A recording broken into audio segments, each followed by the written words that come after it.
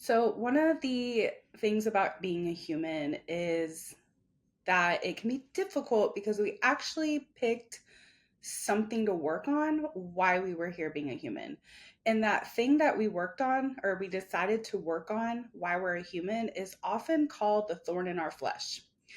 And I'm going to explain exactly what the thorn in my flesh actually means from a higher consciousness perspective and not necessarily from that biblical perspective that you may have known about if you've been in religion before. So stay tuned and I will teach you about the thorn in the flesh. Welcome to the Soul Alignment Mentor Podcast. I'm your host, Angie, and I'm inviting you to explore the depths of self-sabotage, limiting mindsets, and the beliefs that hinder our progress in life. Through intuitive messages I receive from my spirit team, I share profound insights to help you live authentically and break free from these limitations. Join me now as we uncover all the keys to living your best life. Welcome back. My name is Angie and I'm your Soul Alignment Mentor. And I bring intuitive messages from my spirit team to help you align with your most authentic and highest self. So, something that has been coming up in my mind recently is about some of the struggles I've been going through. And when I say struggles, they're not necessarily like really bad situations that are hindering my life. They're just things that kind of linger in my mind and in my energy and around me and with other people. And it kind of feels like this lesson that I'm trying to learn just keeps hanging around. And as I was meditating the other day, I got a perspective from my higher self about why this lesson is hanging out with me so much. Before we come to earth, our soul has a desire to learn something. And so our soul, our higher self, will make a goal to go through some things when we come down to earth. And that goal or that thing that we want to learn the most is often what brings us the most challenges in our life or causes us the most struggle in our own mind or in our own belief system. Now, you can look around at multiple different people and they all have different experiences in their life. They all have different things they struggle with. And sometimes we're not even sure like how to relate to somebody else's struggle when they're not necessarily the similar kind of struggle that we might have. So for myself, I have come to the belief and conclusion that before I became a human, before my soul squeezed itself into a little baby body and came to earth, my soul decided, hey, when I go down this lifetime, my desire is to learn about love, and that is through self-love. That is through picking self, learning to love myself, learning to see myself differently, learning to allow myself to embrace the flaws of being a human and still love myself. And to be okay with, not having that always coming from the outside world or from people around me. Because if I had come to earth and I had a family, not saying that my family doesn't love me, I know they love me. But had I not gone through the trauma that I went through as a child with my family, had I not experienced the abuse that I went through, had I not came in with maybe the struggles that I have with body image or, some skin issues or whatever it might be, my higher self has explained to me that in many ways, I kind of manifested these experiences before I came so that they would teach me more about self-love. Because if I'm able to love myself, even though I have flaws, then that is the lesson that I came to learn, and I am achieving that lesson. So, how does this relate to the thorn in the flesh? If you have been around religion at all, you may have heard this, but there's a verse that I'm going to pull this up so I don't get it wrong. There's a verse in 2 Corinthians chapter 12. And I am going to just read to you what it says here, starting at verse 7. It says, or because these surpassing great revelations. So this is, I believe this is Paul talking about coming to revelations about himself, about Christ, about awakening kind of a thing. He says, therefore, in order to keep me from becoming conceited, I was given a thorn in my flesh. And this says, the messenger Satan, to torment me. 3 times I pleaded with the Lord to take this away from me, but he said to me, my grace is sufficient for you, for my power is made perfect in your weakness. Therefore, I will boast all the more gladly about my weakness, so that Christ's power may rest within me. That is why, for Christ's sake, I delight in my weaknesses and insults and hardships and persecutions and difficulties. For when I am weak, I am strong. Now, let me dissect this for you, because I know that when I was in religion, I had no true understanding of what this meant. I just assumed that this was a struggle that wouldn't go away, and eventually maybe it would, or something was causing me some problems from the outside. But truly, what this means is that my soul had this desire to learn something. And so it came down to this dimension on earth, into the 3D world, to experience what it feels like to have pain, to have be disconnected from my true self, to have frustration, to have anger, to have struggle with self-worth, or with fear of abandonment or rejection, or whatever negative emotion or lack mentality. All those things are part of our lesson of being a human. And those come from the lower dimensional thinking. Those come from what we might call the darkness. So the truth about this is when this talks about this came from Satan, this came from our ego. So Satan in this represents the ego mind. This is the representation of the lower dimensional thinking and energies that we come to purposely learn from. So they're not actually our enemies. This feeling or this experience or the lower dimensional energies and thoughts, they are not the enemy. They are actually the birthing place for the growth that we came to have here on earth.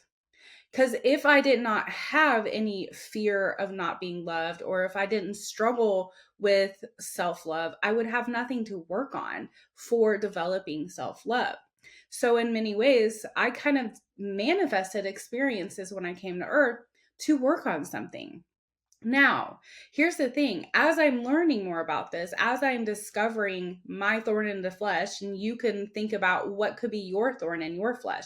What shadows did you purposely create before you came to be a human because you wanted to work on those? What are the things that kind of linger around that continue to pop up in your reality that are trying to teach you something, to teach you about yourself, teach you about self-love, teach you about consciousness, teach you about loving other people or trusting the universe? Like, what lessons are you in the middle of that maybe you're trying to fight against instead of work with? And this could be really difficult because we tend to try to run away from these things instead of allowing them to teach us. So this verse goes on and says, I pleaded with the Lord to take these from me. I don't know about you, but I've pleaded that God or the universe would take some of these things from me. Like, come on, you guys. I do not like this feeling. I don't want this feeling. I don't necessarily feel like I need this feeling. But as I began to calm my mind, my ego mind, that part of myself that tries to control things and tries to manipulate things and doesn't necessarily allow it to be what it is, when I sat in that feeling and I got still, I started to realize this has been the biggest lesson and biggest thing that has taught me the most. This is how I have learned to be the person and human I am now. And without these lessons, I would not have been able to grow and learn the things that I've learned throughout my life. And so I'm a long ways from fully loving myself. And I'm not 100% sure as a human we could really do that. And the experiences I've had where I've traveled into other dimensions and I've met God and I've felt the energy of what we might call heaven, I know that that love is nowhere near anything that we could ever touch here on earth. But I do know that we can really start to allow ourselves to dive into these emotions that keep us from trying to get to that, and sit in them and love those part of ourselves that purposely were put there to be thorns in our flesh to help us grow. So again, I ask you, what might be your thorn in your flesh? What might be something that your soul wanted to learn why you came here? Did you want to come to learn self-love, or did you want to come to learn how to overcome and lack mentality, or did you come to overcome body image, or whatever that might be for yourself? It could be anything. If you really take time to look into the shadows of your ego and your mind and your energy, those are the lessons that you're here to learn. Those are the things that propel you forward. And as this continues to go on, he says, therefore I boast all the more gladly about my weaknesses, so that Christ's power might rest in me. So Christ consciousness. How do you begin to have Christ consciousness? Is by doing and working through the lessons that we came to have on earth. And we've been doing this for multiple lifetimes. Every lifetime, we might have a different lesson that we came to learn, but we have always brought a lesson with us to earth so that we can learn from it. There's not really no reason to be a human if we're not going to learn a lesson why we're here, if we're not going to grow why we're here. And so he talks about how he's grateful for this lesson, and that because of the lesson, he has understood what Christ consciousness is. He's developed an ability to understand himself as a higher consciousness being, because that lesson that he's allowing to use in his life is giving him the clarity of what it means to truly be Christ-like, which is love, which is love for self, which is love for others, which is carrying the universal consciousness of who you truly are in your highest self. Then he goes on to say, I delight in weaknesses, in the insults and the hardships and the persecutions and the difficulties. For when I am weak, I am strong. Again, that goes into when I face my darkness, when I face my shadows, when I learn from these experiences, I develop strength. They are the thing that propel me forward. They are the lessons that I learn from. They are the diving board that propel me from my pain into my purpose. So when we embrace the shadows, when we look at the shadows, we send love to the shadows, we work with the shadows, we become more and more of our true self, our more authentic self, where we are aligned with Christ consciousness, and we can carry that energy and love with us. And then we can begin to manifest new things in our life. We can manifest a new energy around us. We can carry the light that we are here to carry so that we can impact humanity around us. We can raise the vibration of the earth. We can usher in new earth energy. We can be the creators of a new reality for humanity while we're here. But we first have to learn how to create that new reality for ourselves. I am opening up a course starting March 22nd, 2025. So depending on when you see this, I would love to invite you to come do this. I am going to be teaching every other week about your energy. I'm going to start with the root chakra, and we're going to end with the crown chakra.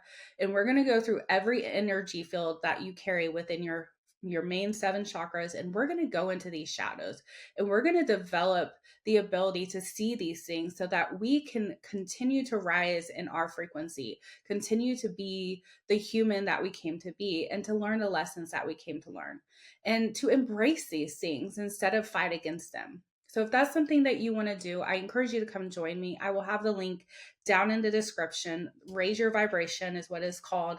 And come join us. We will work together on shifting our consciousness into a higher vibration and understanding really, truly what it means to carry a Christ consciousness, especially right now as the earth is going through so many difficult things and shifts and changes as it births a new energy.